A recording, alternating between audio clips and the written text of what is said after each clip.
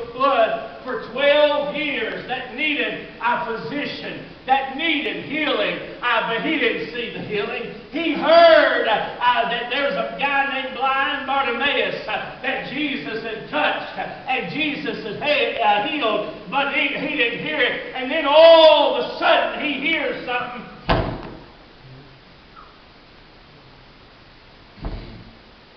Now, you ain't got to be able to see to know what that sound is. It's all right.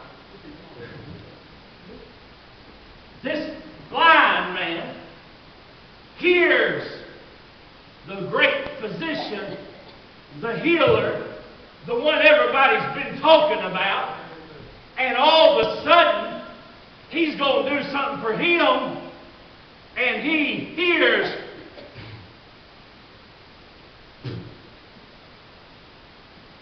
Now, I don't know about you, but my miracles, I like to come a little bit different way. It'd be all right with me if Jesus just spoke the word and it happened. It'd be all right if he took a handkerchief and waved it over me. I ain't much about physical violence and things like that, but I'll tell you this. I just assume somebody smacked me across the face than somebody spit in my face. There's something degrading about being spit on.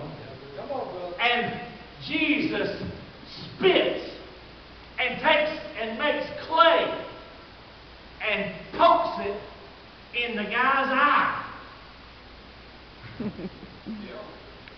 Now, I'm not into faith healers and all that business, but that'd be all right if they just smacked me upside the head. Don't spit on me. But here it is. Jesus spit, he made clay, and he rubs it into his eyes. I want to ask you a question. How bad do you want it? How bad do you need it? I believe that every child of God in this place can receive the healing of God, can receive the miracles of God, can see what God has purposed and God has planned for them. But you might have to go through something that you didn't want to go through. You might have to deal with something that you didn't want to deal with. God might have His healing in a different way than you thought it should come. It might come through somebody that you don't like. Come on. God may use that person you can't stand to be a blessing in your life. God may use that situation that you've been trying to get out of. God may use that to bring breakthrough in your life. How can we receive that, preacher? Number one, let's test His works. Look at verse 3. Jesus answered, "Neither hath this man sinned, nor his parents." Now notice this. "But that the works of God should be made manifest in him." Verse 6. "When he had thus spoken, he spat on the ground and made clay of the spittle, and he anointed the eyes of the blind man with clay." Remember, I told you, this blind guy, he has not seen one miracle. He's never seen anything.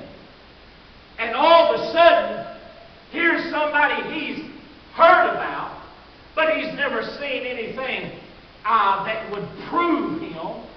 Now, faith cometh by hearing. Not by seeing, by hearing. Now, faith cometh by hearing, and hearing by the Word of God. And Jesus comes up and makes this clay out of spit, out of dirt, and rubbed it in his eye. And now it's up to the man. What did he tell him to do? Go wash in the pool of Siloam. We'll talk about that in just a Siloam. But here he is, got mud made of clay and spit in his eyes, and he's got to find his way to this pool called Siloam.